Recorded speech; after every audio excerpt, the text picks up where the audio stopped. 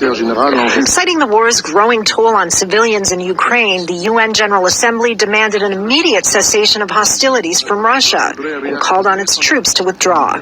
104 nations voted for the resolution, backed by Ukraine and NATO allies. So it just shows again that when the international community is asked to take a stand, Russia is isolated, and the appeal today of the General Assembly is directed primarily towards Russia, and we just hope that this time they will heed that call.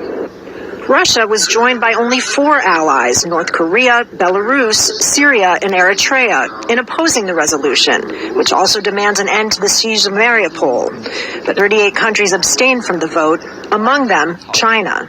It's clear that some of the contents of the draft resolution go beyond the scope of humanity. Some issues are very complex and can only be resolved through political negotiations between the parties concerned.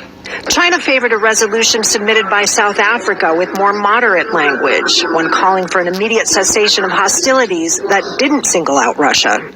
Once war has begun, it is imperative that all of us work towards peace. It is this reason that South Africa is of the view that right now we should be more concerned with ending the war and addressing the humanitarian plight of the people that are impacted by it. That resolution was submitted but never put to a vote after Ukraine raised procedural objections.